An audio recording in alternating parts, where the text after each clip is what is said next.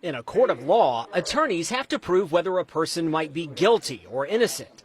In recent years, their arguments have been elevated by a compelling new form of evidence: video footage from the body cameras worn by law enforcement. Well, it's been a game changer. Aaron Boone, a Lynchburg public defender, says body cameras are a silent witness that can sometimes provide more answers than human testimony. If there's any debate about what happened on scene, the video definitively resolves it. Our job here is to do justice, to seek the truth. And that video footage, on the whole, has been very helpful to our cases. Lynchburg's Commonwealth's attorney, Bethany, calls body-worn camera footage a benefit. The judge or the jury, the fact finder, can experience for him or herself what's really going on in a situation. While the footage has given prosecutors and defenders a new tool to help fight their cases, introduction of the new evidence has dramatically increased their workload.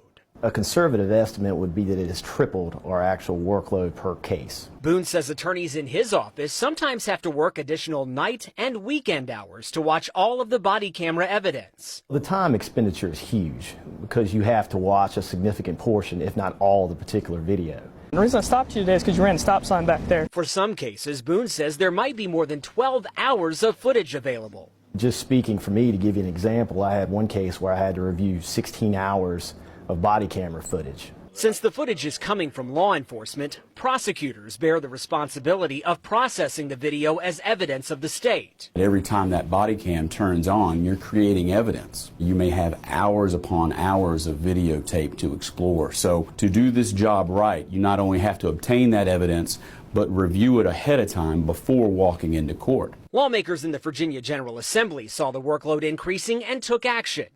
Earlier this year, they passed legislation requiring localities to hire one new prosecutor for every 75 body cameras the city or county has in use, or come up with a formula that distributes the workload among existing prosecutors. While the state is requiring localities to add staff, they aren't providing any money to fund the new positions. City councils and boards of supervisors are having to carve money out of their existing budgets to cover the new workers. In June, the Bedford County Board of Supervisors allocated more than $81,000 to cover the salary and benefits of a new associate Commonwealth's attorney. You solemnly swear or affirm that Gerald Urbanic was sworn in last month as Bedford County's first prosecutor dedicated to body camera footage.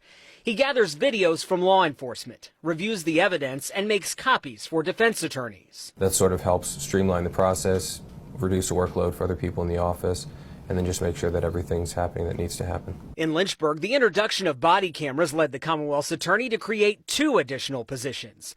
The office has a full-time assistant and a full-time prosecutor dedicated to law enforcement video footage. Harrison says both have a full workload. Our body-worn camera assistant finds it very difficult to even take vacation because of the amount of work that he has. Harrison says she's looking to cross-train others in her office to take on some of the responsibilities. The work's always there. You know, you increase services, increases workload, and so you need the manpower to address it. A work group composed of Commonwealth's attorneys and other state leaders continues to look at the impact body-worn cameras are having on the court system, including the effect on public defenders like Boone. We want to provide the best services to our clients that we can.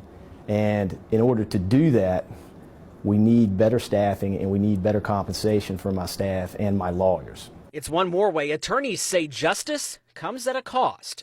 Tim Saunders, WDBJ7.